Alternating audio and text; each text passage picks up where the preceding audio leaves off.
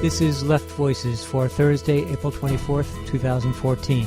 I'm Andrea Sears.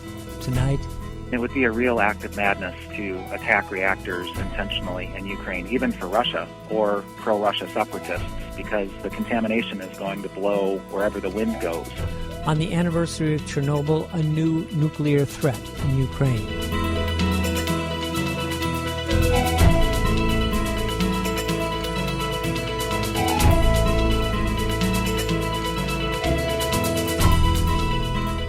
Russia announced Thursday that its troops would begin military drills along the border with Ukraine.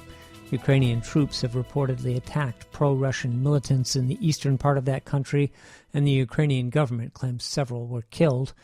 Meanwhile, the United States is sending troops to Poland, Estonia, Latvia, and Lithuania to engage in their own military exercises. As military posturing and tensions increase in Eastern Europe, Ukraine's nuclear reactors could become deadly targets in the growing hostilities. Saturday, April 26th, is the 28th anniversary of the explosion and fire at the Chernobyl Nuclear Power Plant in Ukraine.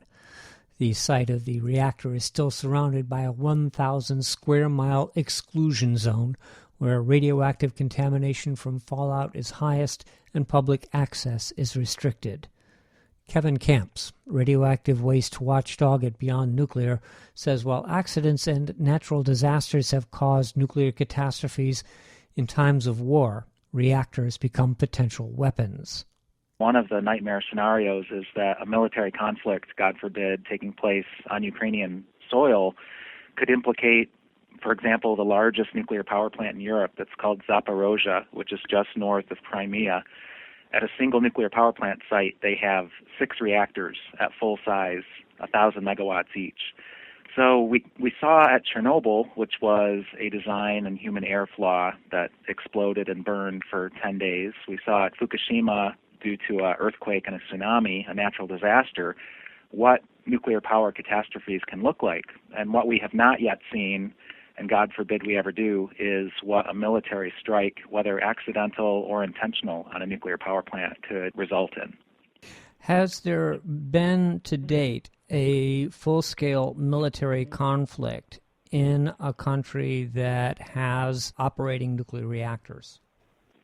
The closest call was in the former Yugoslavia, and there were some dicey moments. And in fact, Serbia pleaded with the United States not to attack a research reactor, which is much smaller in size than a full-scale commercial reactor. So, for example, there was an attack by Israel on a reactor in Iraq in the early 1980s. But that reactor was not operational yet, so the radioactive contamination was not there. And they did destroy that reactor by airstrike. In the 1991 war between the United States and Iraq, the U.S. actually did attack an Iraqi research reactor and destroyed it and rubblized it. And it had been operational, so there was some radioactive release, but the fuel had been removed as a precaution from the core of the reactor. So we've had some examples showing that this is a real risk, but we haven't seen the worst yet. The reactors in Ukraine supply over 40% of the electricity used in Ukraine. Russia has discontinued its discount gas prices, so these reactors are more critical to the country than ever before. Does that make them a tempting target? Well, unfortunately, it would be a real act of madness to attack reactors intentionally in Ukraine, even for Russia or pro-Russia separatists, because the contamination is going to blow wherever the wind goes. So it should not happen. It should be just a basic law of warfare that atomic reactors and other hazardous facilities cannot be attacked. But the United States itself attacked a chemical plant in the war in the late 1990s in Serbia. So there have to be laws of war that are respected. It's high time across the world to phase out nuclear power and replace it with inherently safe, inherently clean sources of electricity like wind and solar, and also major upgrades to energy efficiency. Those will not be targets in wartime. They are distributed. They cannot unleash catastrophic releases of hazardous materials, which is an inherent risk with nuclear power. Does the fact that some of the forces involved in the conflict in Ukraine right now are at least nominally irregular forces? They are not officially under the command of the Russian military or the Ukrainian military.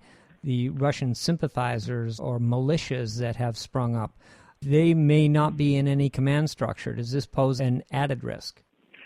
Well, yes, it does. I mean, there's such a wild card, rogue actors, and one of the scenarios, and I should mention an author named Bennett Rambert, who's been warning about nuclear power plants as potential weapons for the enemy since the early 1980s, and he just put out an essay just a couple weeks ago about the situation in Ukraine, and he pointed out that some of the scenarios could include just the takeover of a nuclear power plant, holding it hostage for whatever political reason, and threatening to blow it up unless the hostage takers get their way. And that way you could take entire countries or entire regions hostage by threatening to blow up a nuclear power plant. What's been the international response? I know that the International Atomic Energy Agency has been consulted. Have there been actions taken? No, to the best of my knowledge, there have not. You know, even in the United States, the security forces at nuclear power plants leave a lot to be desired. And so in a situation like Ukraine, where even the regular military in Ukraine is not ready for what Russia could throw at it, there's problems all over the world with nuclear power. And one of the inherent fatal flaws of the international system, as at the International Atomic Energy Agency, is that going back to the 1950s, its mandate is not only to stop the spread of nuclear weapons, its mandate is also to spread nuclear power, incredibly enough. It's a fatal contradictory flaw at the heart of the UN system. So the IAEA is not likely to come out with any statements about the dangers of nuclear power in peacetime or in wartime. Is there anything that can be done proactively or diplomatically? What needs to be done at this point other than simply calling for an end to nuclear power? That's not going to happen overnight, and a military assault could.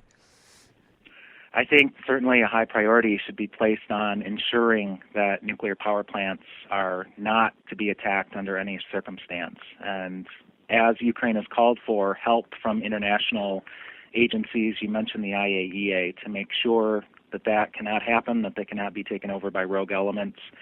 So international observers at nuclear power plants. And now is a very good time to transition to a clean energy future. So installation of solar, photovoltaics, and renewables like wind can happen in very short order. It only takes a matter of months to emplace large-scale renewable energy sources. So that should happen in Ukraine at this point. Saturday is the 28th anniversary of the Chernobyl disaster. Has Ukraine learned from that disaster, and will that potentially figure into the way they respond to the nuclear threat with the current crisis? I think everyone in Ukraine, even people who were born after the 1986 Chernobyl nuclear catastrophe, know what a nuclear catastrophe means for their country. It's a huge fraction of the gross domestic product. To this day, something like 5% of the Ukrainian gross domestic product is still devoted to dealing with the aftermath of Chernobyl. Belarus, just to the north, was even harder hit than Ukraine. Most of the fallout rained down with the rain onto Belarusian territory and also in other countries in Europe. So, yes, the Ukrainians get it, and unfortunately, like other countries in the world, like France, which gets something like 75% of its electricity from nuclear, they've put a lot of eggs in their nuclear basket. And Ukraine, as you mentioned, gets 40% of its electricity still to this day from nuclear power. So it's been a real Faustian fission. They have really become dependent and addicted to nuclear power, and that's got to change for safety reasons and for security reasons. Kevin Kamps is the radioactive waste watchdog at Beyond Nuclear.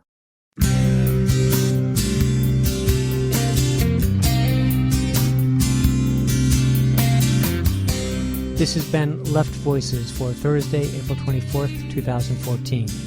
You can help support this experimenting independent journalism by visiting our website at www.leftvoices.net and following the Ways to Support Left Voices link at the top of the page. Join us again next time for more news and information from a progressive perspective. I'm Andrea Sears for leftvoices.net.